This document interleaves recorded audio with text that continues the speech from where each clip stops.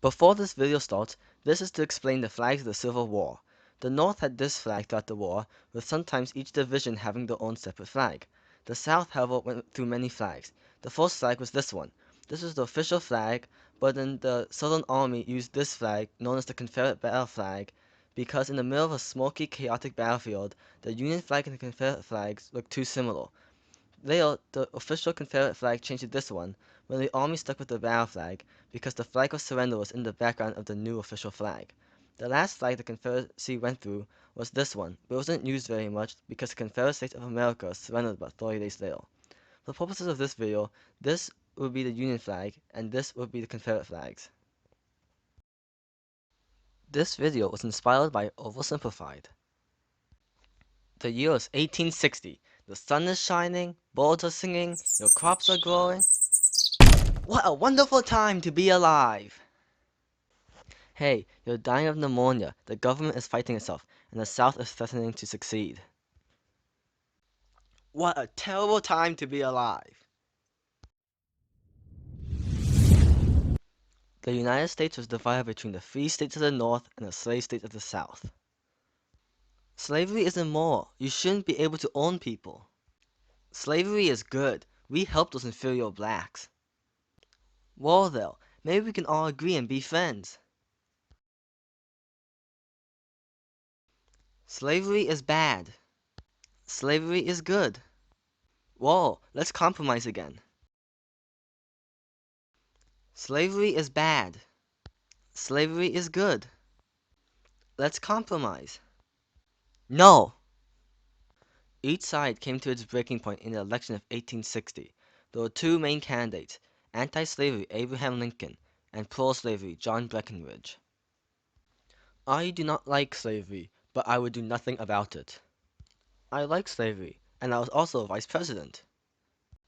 You won, Lincoln. I'm out of here. Us too. South Carolina and 6 other states left the Union to form the Confederate States of America with Jefferson Davis as president. When those states left the Union, they took over many federal buildings and forts. Fort Sumter was a fort off the coast of South Carolina that still belonged to the Union, but they had a problem. We are running out of supplies. I will send supplies. That can cause war? I will not send supplies. Then we will need to surrender. Send supplies! I will not surrender. And so Lincoln sent supplies to Fort Sumter. What do? The fort is getting resupplied. We attack before the supplies arrive. Dude. Uncool. On April 12, 1860, Confederate forces opened fire on Fort Sumter, and after 34 hours, the fort was in Confederate hands, and 4 more states succeeded, bringing the Confederacy to 11 states. Let's play a game. Who should win? I should win because we have better generals and we are fighting closer to home. I should win because we have more people, railroads, factories, workers, shipyards, resources, and money. The Union strategy was to blockade the southern coast and split the South in two by seizing the Mississippi River. The Confederate strategy was simple: defend and use cotton diplomacy, which went something like this. Hey Europe, we are an important source of cotton to you. Yes. We need help fighting the North. Yes. We are going to stop sending you cotton until you send us help. Okay. Are you going to help us? No. And so the North made a mostly working blockade and started to make plans to invade the South, while the South was making plans to invade the North. Most of the North's army was made of militia, and they were placed under command of a cautious General McDowell, who was ordered by Lincoln to go and attack Richmond, and the 20,000 troops they had stationed there. The two armies met at a creek called Bull Run on July 21, 1861. After a day of fighting, the Union troops had to retreat back to Washington, leaving a disorganized Confederate army behind them. This battle left both sides stunned and disorganized. From this battle, the North saw that this would not be an easy fight, and the South saw that this would be an easy fight. Both armies had changes made. In the North, General McDowell was replaced by General McFerran, and the militia army was replaced by recruits who were actually trained in the army.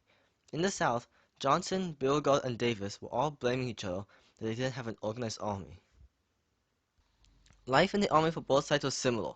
Soldiers lived in tents and had little or no supplies. Camps were unsanitary and many soldiers died of various diseases. Soldiers washed sparingly and were covered in lice and fleas. Disease by food, water, and insects were rampant, and doctors never washed anything, leading to many soldiers dying of infections.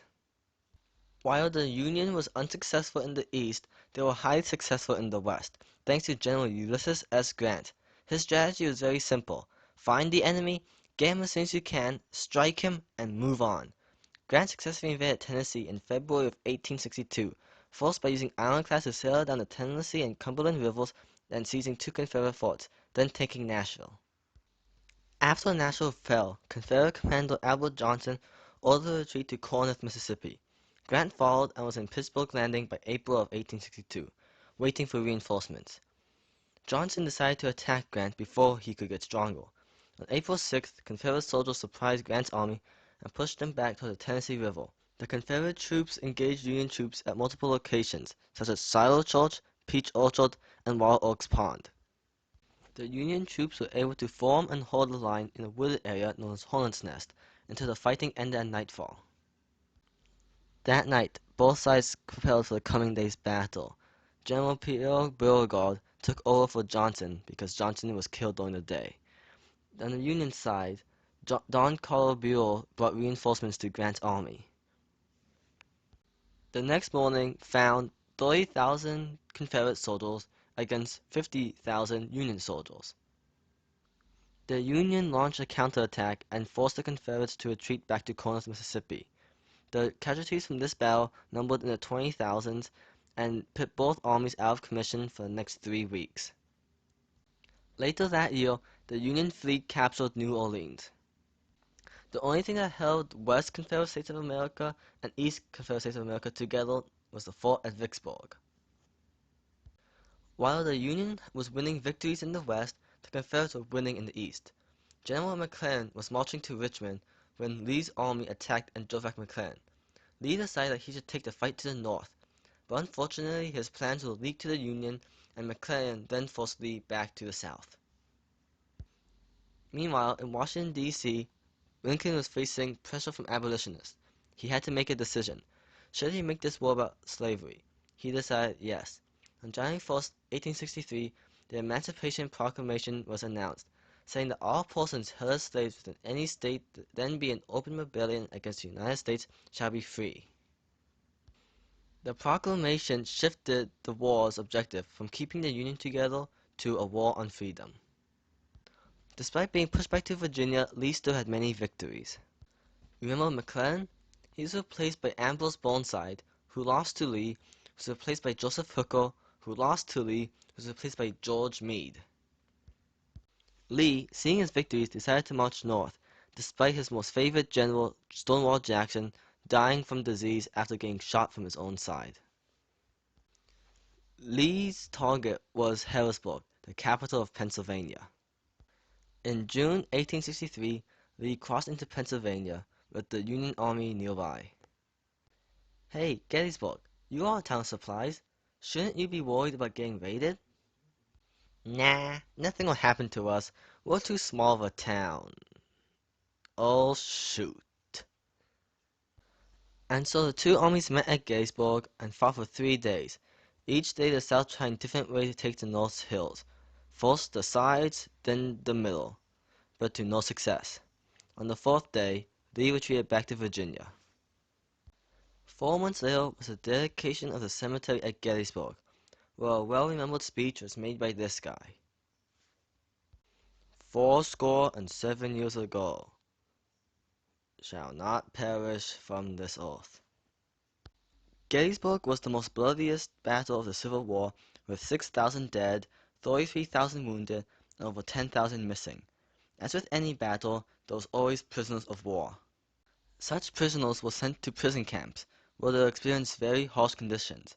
One Union camp, located in New York, was quite nice during the summer, but it did nothing against the cold winter. Over 24% of its prisoners died of weather and disease in 1 year. A southern camp, held 33,000 people when it was only designed for 10,000. The creek nearby was both a sewer and drinking water. Because of this, over 100 men died a day to starvation and disease. And overall, 50,000 people died in the various Union and Confederate prison camps. The day after Gettysburg ended brought the surrender of Vicksburg, where Union General Grant was starving the city. With the fall of Vicksburg, the Alexandria Plan was complete. The South was split in two. In March 1864, Grant was assigned command of the Union Army. With this new power, Grant came up with a new battle plan. He would chase Lee's army around the South, while General Tecumseh Sherman would destroy the South, literally. Sherman would loot, burn, and destroy everything in his path, from Atlanta to Savannah, then up to South Carolina to meet Grant's army, who was harassing Lee's army. There was a 10-month siege at Petersburg, which ended in a Union victory, and Lee abandoned Richmond, the Confederate capital. Lee and his army fled west, but with Grant in pursuit, Lee finally surrendered on April 9, 1865, at Appomattox Courthouse. By the end of this war, many Northerners saw the South as disobeying children and thought that the South should be punished severely. But Abraham Lincoln wanted the Union to be friends again, as he said in his second inaugural address. Unfortunately, Lincoln did not see the results after the Civil War, as he was shot and killed 5 days after the end of the Civil War. The United States went through major changes to bring the South back as part of the Union. The 13th Amendment was ratified, banning slavery in the United States, and Reconstruction pardoned Confederate officials, and allowed the states to set up their own state governments. The Civil War was a terrible war, with 10% of America's population fighting in it, and 2% of the entire population dying in it. Since then, America has agreed not to let anything divide us. Right?